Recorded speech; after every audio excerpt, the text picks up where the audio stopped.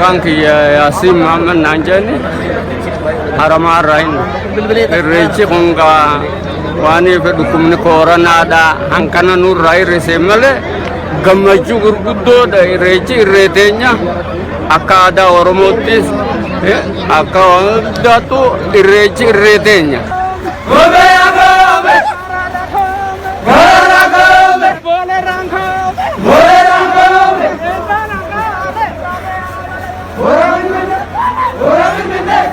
Kalian jawab, kan ufi kuta kulfi karaniyo ana arfa faran. Ayaan irreecha barana aluma yeroo awal qabsiise aluma tokko wal qabsiise tikko aluma koofidii kanaan namoonni muraasni galuu dhabame namoonni dhufanis immoo haala gaariidhaan lixanii ayyaana haala bareedaadhaan kabajaa jiru. Haal isaan ittiin kabajan kunis immoo haala baay'ee namatti toludha. Hundi keenya nutti tolee kabajaa jira. Baay'ee namatti tolaan jedha.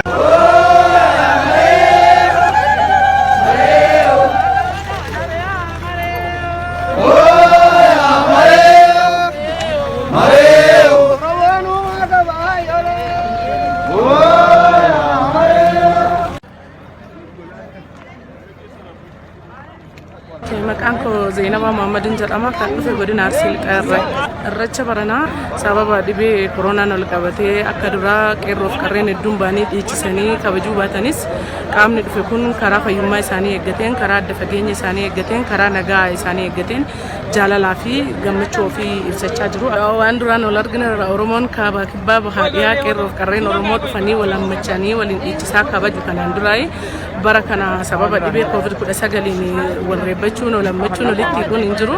Bara itti aanu immoo karaa gaariidhaan karaa wal hammachuudhaan waliin taphachuudhaan waliin nyaachuudhaan waliin dhuguudhaan hin kabajna jedhee abdii qaba.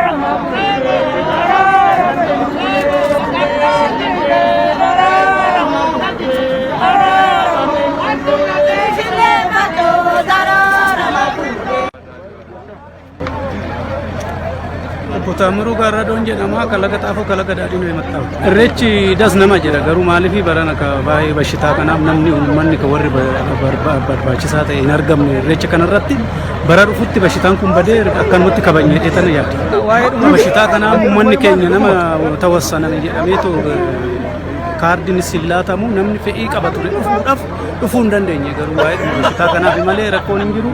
Betaam tidak semeda bormo akkasumatti namni muraasni warra sadii immoo deemnee kabajne jecha. Muhammadin jedhama. Ka dhufe immoo godina Jimmaa. Mee irreecha akkam? Irreechi baay'ee gaarii.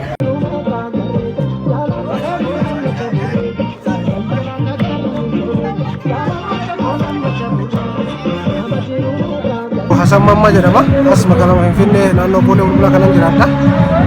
Har'a barraa kan kaanee ayyaana irreechaa irratti hirmaachuudhaaf yookaan irreeffachuudhaaf garuu waan sababa baajii mootummaan dirqisiiseef baajii kennan jedhanii baajii mootummaa hin qabnu yookaan ammoo ayyaana irreechaa kana irrattis baajii dhiyeessuun dirqama miti. Kun aadaa Oromoo keessa waan hin jirre sababa kanaaf osoo hin irreeffatin gara mana keenyaa deemuutti jira.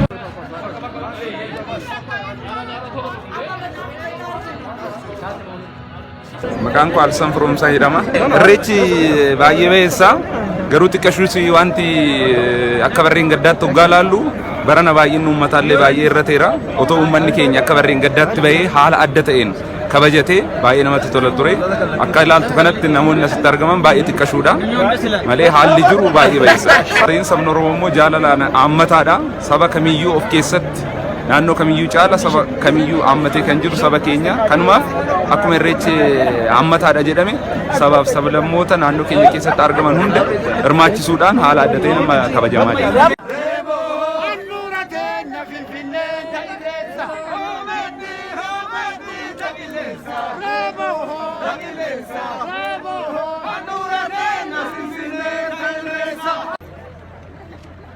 Designer Adamul kawan jedhama jiraata Umar Finfinneeti. Hojjaa keenyaaf dizaayineroota keessumaa dizaayineroota aadaa Oromoo irratti yookaan dizaayineroota uffata aadaa irratti hojjetaniif carraa guddaadha.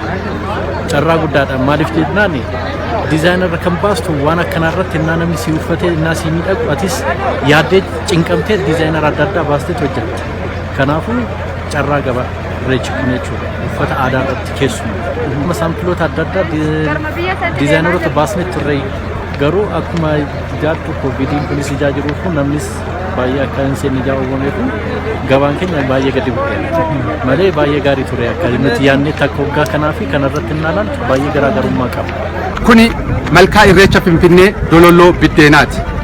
Malkaan kun bara darbe naannoon kun guutuun guuteetiin hanga addabaabaayii masqalaatii fi laffeen hedduu irratti namni bakka dhaabbatu hin qabu ture.